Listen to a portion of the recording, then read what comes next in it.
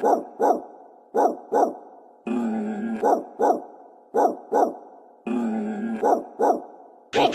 on the yeah.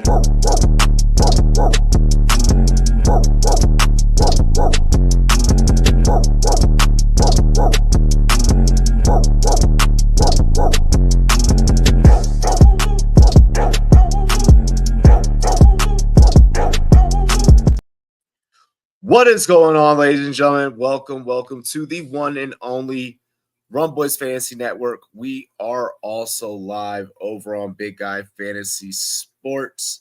That's right, Big Guy Fantasy Sports. This is the Goal Line Goons. The Goal Line Goons. We are live as usual on our Tuesday nights. Taco is still putting the baby down, but it's Thanksgiving week. I am tired from traveling yesterday. Traffic was crazy. Traffic is getting even crazier around here. So yeah, we are going to shoot you guys a podcast real fast, get you guys your information so that you can go out there and you can win a very thankful Thanksgiving week. For a lot of you, you're probably already securing playoff spots. You're probably already securing bye weeks. I am at my mom's. I'm at my mom's crib right now. She's in her office area working, so I can't like be out there streaming. But I still needed to get an episode done for you guys. So, in a way, new streaming location. It's just her house. It's just. Yeah. So yeah.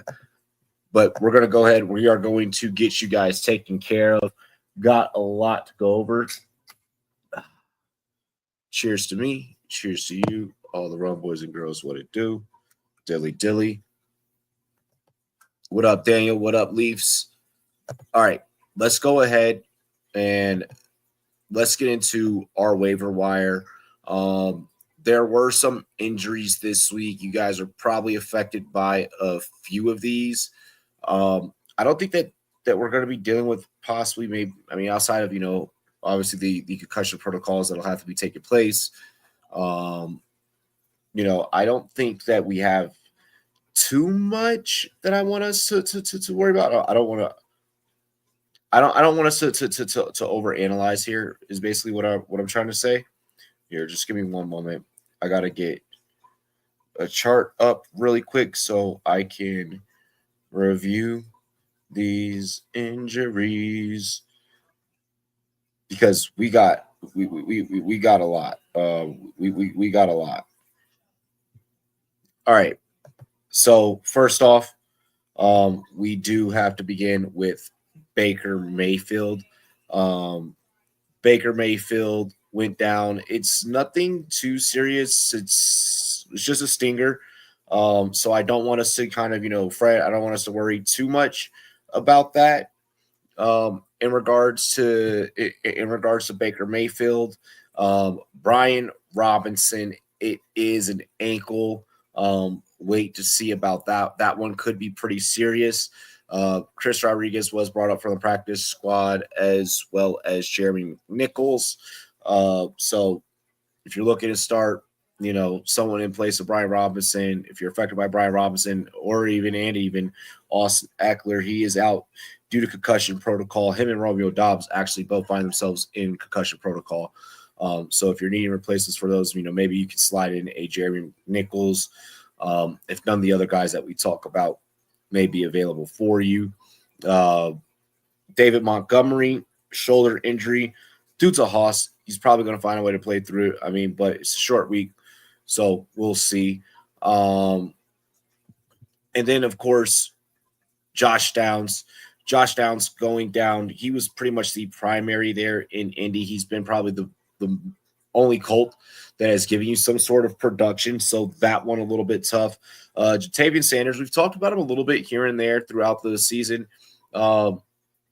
Not too much to really worry about there. I don't think that too many of you were running out to start Jatavian Sanders. He is dealing with a neck injury. Hopefully that he can get back. He can get back to normal. He can get back to full health. But the Panthers, man, shout out to them. They played a damn good game against the Chiefs last week. Let's see here. So those are your injuries.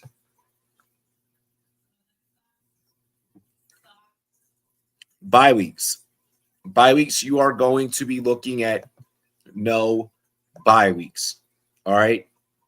Now, just because that there are no bye weeks, I do want to make sure that I do place emphasis on the fact that for a lot of these teams, given the fact that it is Thanksgiving, you are going to see it is going to be a short week. So for teams like the Chicago Bears, Detroit Lions, the New York Giants, the Dallas Cowboys, Miami Dolphins, Green Bay Packers, all playing on Thanksgiving, make sure that you guys are prepared accordingly. All right. Again, that's Bears, Lions, Giants, Cowboys, Dolphins, Packers, all playing on Thanksgiving. All right. All right. Of course, we expect the Lions to go out there, take care of business, handle business. Dallas will likely probably beat New York. Danny DeVito did not look great last year. Dallas realistically just went off of special teams. I don't know if they can capture lightning in a bottle twice. And then the Packers Dolphins game. That game is actually probably going to be a lot better, probably be the better game out of the Thanksgiving slate. That one could be close. That one could be close. Dolphins with Tua right now are, starting to pick up a little bit of steam. Green Bay coming off of a massive win up against the San Francisco 49ers. Granted, that was a 49ers team that has been seeing Debo put up season lows, and then also, been dealing with the injury bug. Brock Purdy wasn't there, so on and so forth. But for bye weeks, no bye weeks, just please keep in mind the Thanksgiving slate. All right. All right. What up, George? What up, George? Robbie, do I play Chargers defense versus Atlanta or Cowboys defense versus the Giants? I'm 6-6. Must-win game to make the playoffs. It's really going to be dependent on what Falcons team is going to be placed out there.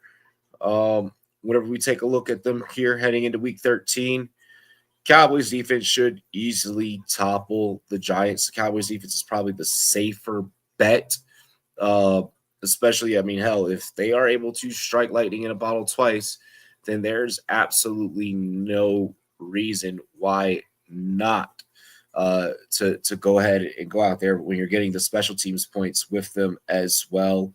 You might be able to get away with Colts against New England. They're available in about 5% of leagues. You got Seattle up against the Jets. They're available in about 15% of leagues. I really do like Seattle against the Jets because the Jets and good football have not been sentences that have been able to be synonymous with each other. And then you also got the Bucks going up against Carolina. I get that Carolina may have looked good against the Chiefs, but again, this is the NFL. Trying to strike lightning in a bottle twice is a very difficult thing to do.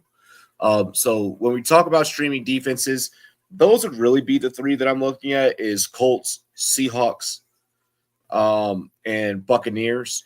But if we're really coming down to Chargers or Cowboys, Cowboys versus Giants is probably the matchup that you'd maybe want to lean towards. But that Chargers defense is fucking sick with it.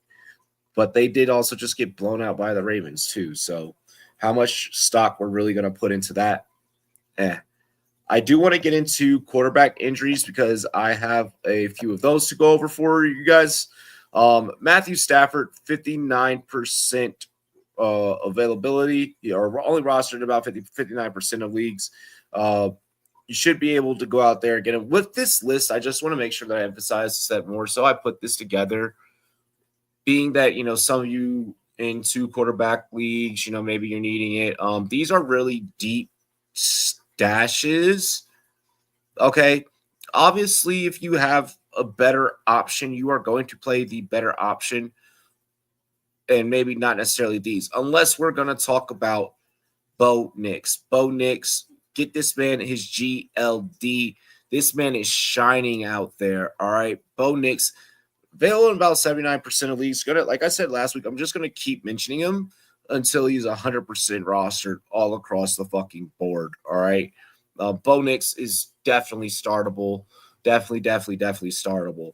What about Geno Smith? Geno Smith, 65% rostered. I did kind of just mention Seattle up against the Jets. The Jets defense, maybe not, they're not great. They're not great. We're not even going to say maybe not. They're not great whatsoever. So Geno Smith, I feel like, is definitely startable this week. Caleb Williams, I'm not in a rush to start Caleb. Anthony Richardson, we know what the roller coaster of playing Anthony Richardson is like and what that does. If you're willing to ride that roller coaster, then hey, absolutely go for it. Jameis Winston, 22% rostered. Winston is balling. Winston is going out there and he is putting up fantasy relevant numbers.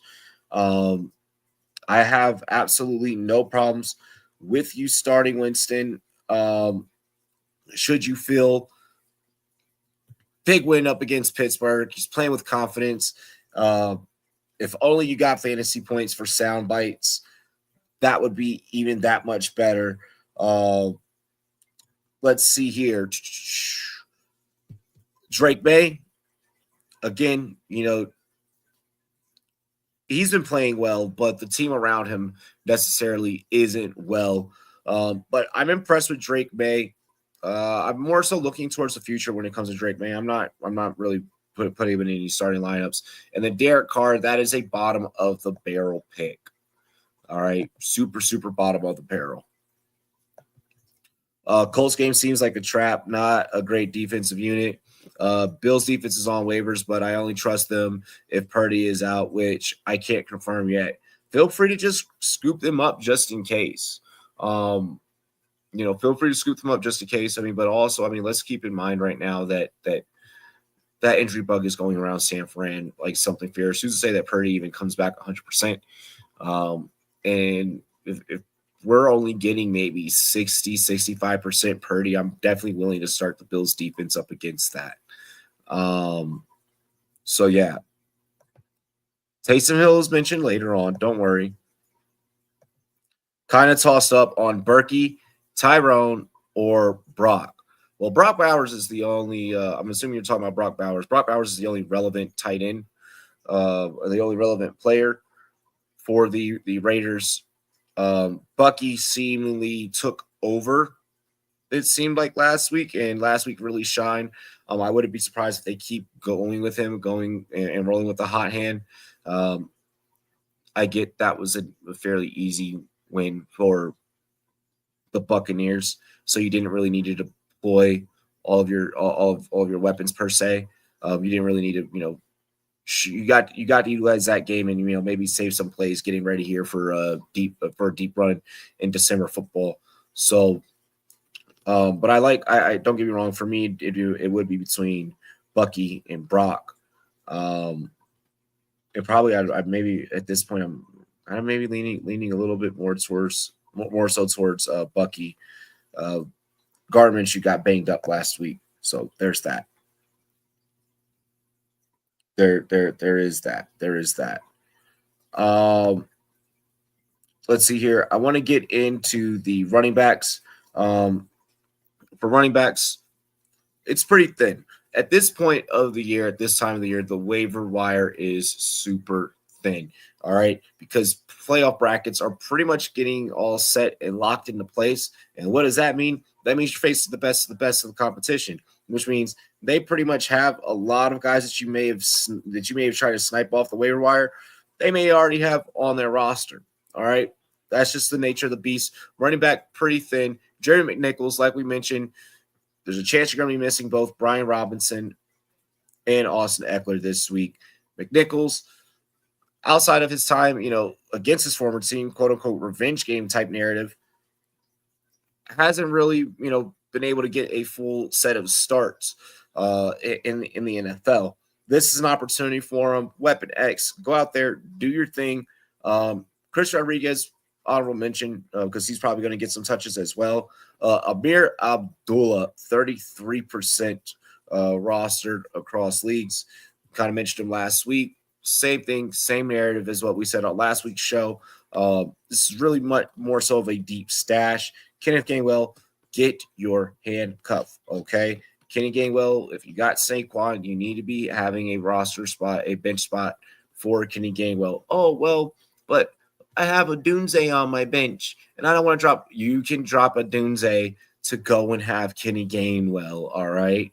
Heading into the playoffs, you don't want to be having Kenny Gainwell out there, and then should anything happen to Saquon, and then you make it to the next round, Kenny Gainwell is now on someone else's roster, and you're going to be ass out. I'm not speaking anything ill into existence about Saquon. I am just saying that you need to be prepared if you have Saquon, okay?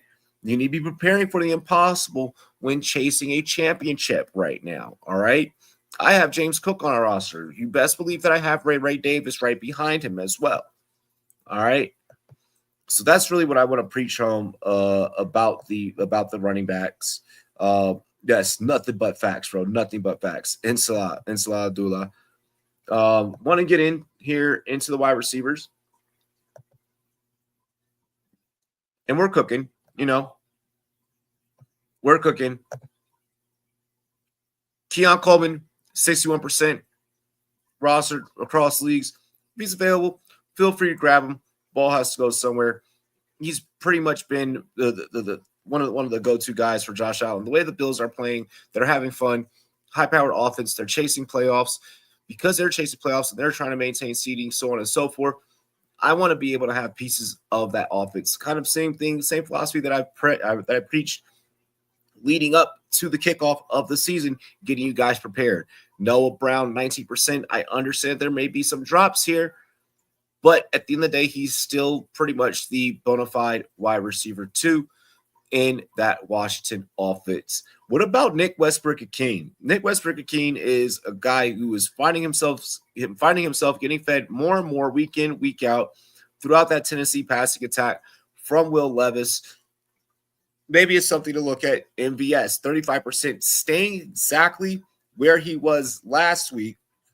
Saw across some leagues, some folks even being willing to drop MVS. MVS has the home run ability to where he can go off. He's definitely being targeted in that New Orleans Saints offense. Kubiak is like, fuck it. He's down there somewhere. I understand that there may be some weeks that MVS could dud, but if you're needing a home run hitter, you're needing a boom or bust guy, you're needing a guy that's going to boom for you when he booms, then we bring the boom. MVS is probably definitely the one. I cannot believe that I just did that. That was super fucking cringe. Jerry Jeudy, 74% rostered, quickly becoming a target for Jameis Winston, the lead target there, if you will, for the Cleveland Browns, the Believeland Browns. Jerry Jeudy, 74% rostered. Here's a guy that I really like is Devon Villay out here in Denver. Villay is getting a lot of work, quickly becoming one of Bo Nix's go-tos outside of Cortland Sutton, and whenever they're not choosing to run the damn ball, which sometimes isn't always productive. Villay gets pretty decent gains. He can have breakout games. I really like Devon Villay. I played him in a league last week, and I ended up winning that week, and I was pretty impressed with the performance that I got out of Villay. David Moore, 1%. There is a new Moore in town in Carolina, and no, it's not DJ. It is David. Could this maybe be Bryce Young's new favorite target? I mean, I know Adam Thielen is sitting there at 45% down there at the bottom. Maybe I'm not in a rush to go and get David Moore, nor Thielen, okay? I still want to see more out of this Carolina offense. I'm fully convinced that this Carolina team runs through Chuba Hubbard. And we're still yet to see what's going to come out of Bryce Young, despite the fact that he looked amazing this past week. Calvin Austin, 4% rostered. Ball has to go somewhere in Pittsburgh. We thought that it was going to be more of a Mike Williams show, and he was going to maybe take over that Calvin Austin role. I feel like Calvin Austin still definitely has a defined role, and whenever George Pickens is busy throwing fits, Austin is there to be able to be open and catch targets. He's a more level-headed guy out of that wide receiver room. Alec Pierce, 26%, more so a value up play with the loss of Josh Downs, how long Josh Downs, being out, that elevates Alec Pierce. Best Westbrook athlete. Oh, come on. You're going to say that over Russell? Let's see. Oh, wait, I forgot. I have to bench Zay. Hey, you got plenty of time tonight to get it done. You got tonight and tomorrow. We're only Bucky over Zay. I'm completely okay with that. Can't believe we got Robbie to say brain rot. Yeah, that was pretty fucking cringe that I just did that. Nick Westbrook-Akeem gives me nightmares. Absolutely. I'm not in a rush to grab him. When we're talking about the receivers off this list that I really want to be focusing on grabbing, it's Coleman, it's Valet, it's MVS, it's Pierce, it's Brown. The rest of that list can kind of whatever happens. I'm not even in a rush to go and get Judy. I think that 74% is just fool's gold. That's just the public rushing to go and get a stock that is hot. And then just like any other crypto, they're gonna fucking rug it. They're gonna rug Jerry Judy as soon as he has a bad game. So I'm just not. It's just something I don't want to put myself through. Tight ends. Taysom Hill, 63% available. If he's available, you need to be putting him in the lineups. The dude is gonna win. He's gonna win someone a championship this year. Mark my words. Championship week, he's gonna go off. All right. Pat Freiermuth, 45% available. I know that he's kind of dropped down the tight end rankings, but I do think that Pittsburgh, when things kind of begin to crumble, they can trust Pat Freiermuth. So, when things begin to crumble with that passing game more, so they can trust Pat Freiermuth. Cold season, cold weather games, that makes for big play tight ends. That makes for strong running game. Jonnu Smith, who has been going off, and seemingly became a focal point week in, week out for the Miami Dolphins. 75%. There's a chance that you may not be able to get him. If not, feel free to see about Taysom Hill or Zach Ertz. Zach Ertz has been going off back-to-back weeks, double-digit fantasy points, a top 10 tight end performance, both back-to-back weeks. Zach Ertz is a guy that I have on my big money roster, and I'm hoping that we can make it to a championship together. Noah Gray, 6%. It's okay. And then Theo Johnson, look, it's the Cowboys. They are susceptible to middle-of-the-field passing attacks. Who's better middle of the field? Your big boy tight end. But also, DeVito played most of last Sunday on his back, being sacked, 3 times, something like that, all before the fourth quarter. I don't see Theo Johnson being that profitable for fantasy managers. Picture this. It's week 14. You have to win. Your QB is on a bye. It's either Russ, Caleb, or Winston, or T-Law, but that's kind of whack. It would be Russ.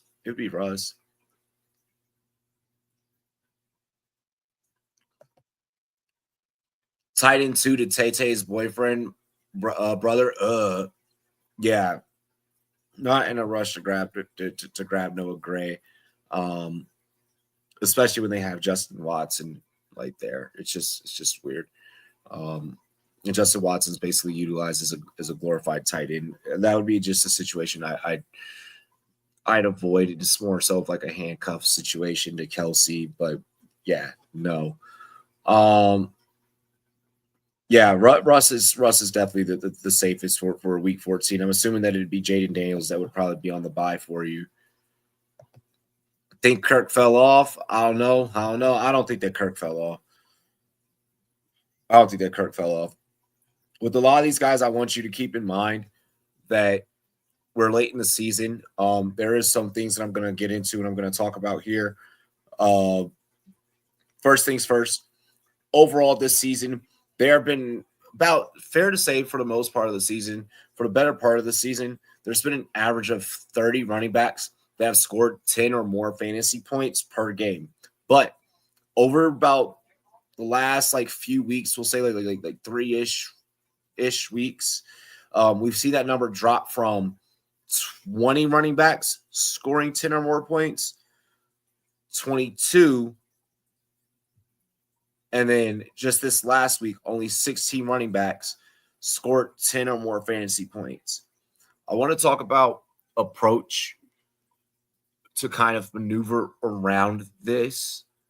All right. If you're worrying about your RB1, RB2, maybe not giving you a double-digit week, because let's face it, a double-digit week is just that is just barely skin of your teeth, a safe fucking floor, okay? You're realistically wanting, your running back getting you 20, 30 burgers. Like, that's a really, really great, outstanding week. But, okay, let's say, let's just go with a floor of 10, right? If over the course of the season, throughout now going on 13 weeks, so 12 completed weeks of football, if on most of an average, we were seeing that it was around about 30 running backs that were giving you that healthy floor. Now in about the last 3 to 4 weeks, we're seeing that drop off again, 20, 22, or 20, 21, 22, and then 16 this last week. That's showing that the attrition of the season is starting to settle in. Okay, we're starting to see, the Larry Johnson effect, where it's like, oh, like playoffs, all of a sudden, sky disappears. All right, more so that happened in real life NFL playoffs for him, but kind of that's the analogy that I'm utilizing here. The way that I want you guys to be pivoting around this is have a good set of flex plays that you may have to rely on, your flex a little bit more to say, hey, I need you to be that guy. I need you to be that one for me. Hey, Darnell Mooney, you're going out in my flex this week. I need you to go off because maybe Josh Jacobs doesn't get me, 12, 15 fantasy points this week, 20, 23 fantasy points this week. Which, I mean, you're hoping for a stud like that you're going to get that, right? But I want you to be thinking, okay, what's going to be my strongest flex play?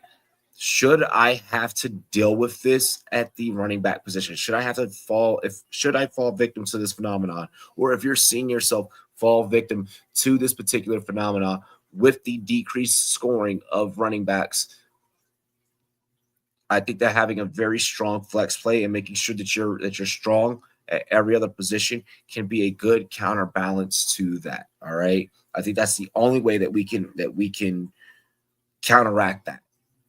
I understand that some fantasy managers out there are grasping with the reality of elimination in some of their leagues. A lot of you guys are probably diving in your group chat and, it's already starting to talk about, well, next year, this is what I'm going to do differently.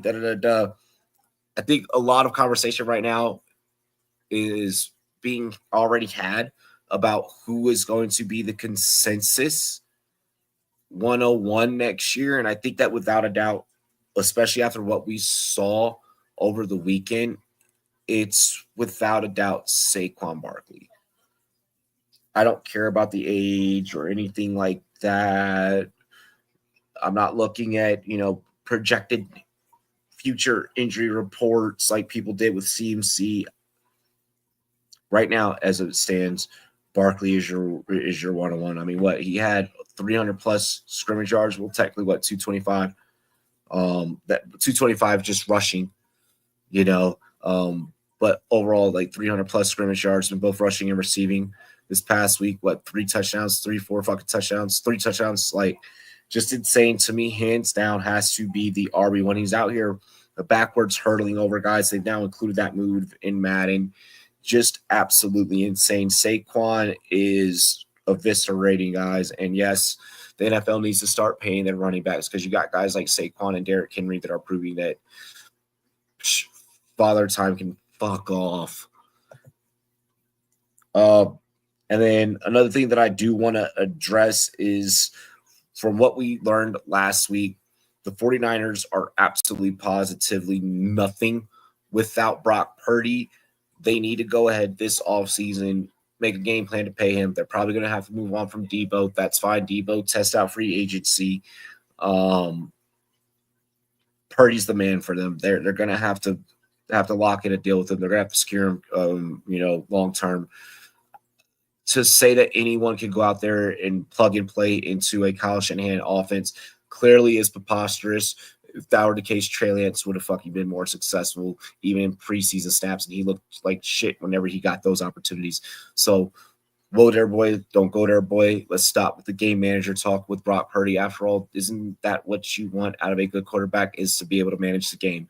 So, I am in on the Brock Purdy hype train heading into the offseason. Do I think that the 49ers make the playoffs at this point? Probably not. I'm leaning more so towards not. A player that I am willing to drop, I am pissed off that 45% of you still have Adam Thielen on rosters. You are safe to drop Adam Thielen, in my opinion. I know that I had him up on the waiver wire, but you're able to drop him and you're able to go out there and you can pick up, Stafford or Bo Nix if you're needing a quarterback. If you know that one of your opponents, if you're going up against the guy that lost Brian Robinson, you should be grabbing Jeremy McNichols so that he can't easily plug and play that. You should be, if Keon Coleman's available for you, you should be grabbing him. So those are that's my pick up one, drop one for you guys. Overreaction from week 12. Fuck Dallas. Dallas is not going to strike lightning in a bottle twice. Washington needs to get it together. I don't know what's been going on with Washington lately. I think it's second half of the year. Cliff Kingsbury type bullshit. He did this in Arizona where he was hot and then it just declined. Cliff, get your head out your ass, get it together. And then my bold take for week 13. My bold take for week 13 is Miami covers against the Packers. I think that Miami covers against the Packers 100% for Thanksgiving. I'm willing to take that. I don't think that it's going to be as easy of a road for Green Bay up against Miami. I get that that's in Lambeau. I understand that Miami does not play well in cold weather games. But also at the same time, Miami's, no pun intended, getting hot right now. Whereas we're seeing they're not the injured riddled 49ers. They're healthy right now. So I think that game's going to be kind of close. Maybe we're getting sucked into the whole Jaden Waddle theory. But he looked pretty decent last week. Maybe he gets 3 catches. Maybe he gets 5. Waddle, I'll predict this or bold prediction for week 13. Waddle, 5 targets, 3 catches, 86 yards. And I'll leave it at that. I'm not going to give him a touchdown. 5 targets, 3 catches, 86 yards for Jalen Waddle. All right. Other than that, I just rock out the show real quick by myself. It's Thanksgiving. I want you guys to spend time with your families. Have a great time with your families. We will be back live Friday. And then Sunday, we're going to be at the restaurant doing play-by-play there. I'm going to make sure that they have RumZone hooked up. And I actually have RumZone on my laptop, and I had completely forgotten about that. It's like halfway through last weekend's production, so I apologize about that. Cheers to me. Cheers to you. All the Rum Boys and Girls, what it do. Dilly dilly. Love and appreciate all of you. Peace.